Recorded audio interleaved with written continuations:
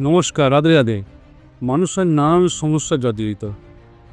স্বামী স্ত্রীর সম্পর্ক নিয়ে সমস্যা, কারোর প্রেমিক প্রেমিকের সম্পর্ক নিয়ে সমস্যা, অবৈধ সম্পর্ক, প্রেম, নানান সমস্যায় জর্জরিত।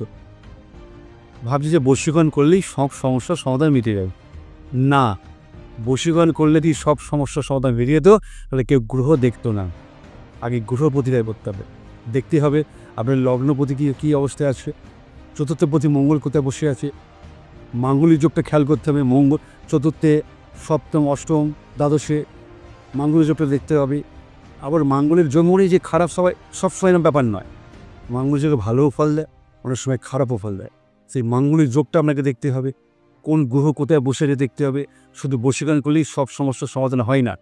মানুষ চারদিকে ঘুরছে, নানান টাকা নষ্ট করছে, অর্থ নষ্ট করছে, করে আজ এ ভিখারি আমাকে ফোন করে বলছে নানান জায়গায় গেছি, কে অমুক, কে তমুক, কে অমুক এই টাকা নিয়ে আমার বশীকরণ করে দিয়েছে।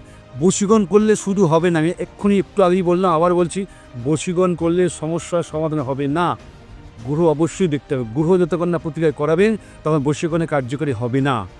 আমি আপনাকে বলছি, আপনি আমার কাছে একবার এসে দেখুন, যে কোনো সমস্যা আমি 100% লাইফ টাইম লিখিত গ্যারান্টি সমাধান করে থাকি। অনেকে বলে আমার কাছে ডেট অফ বার্থ নেই। যাদের ডেট অফ বার্থ নেই আমি হস্তরেখার মাধ্যমে বিচার করে থাকি। সঠিক অনেকে স্টোন নেয়, যে দাদা আমি তো 10টা স্টোন পড়ে আছি, হাতে 10টা, হাতে দেখুন 10টা স্টোন পড়লে কি শুধু কাজ হয়? স্টোনটাকে আপনি ঠিকভাবে নিচ্ছেন? আগে দেখুন যে ঠিক স্টোনটা আপনি ব্যবহার করছেন কি না।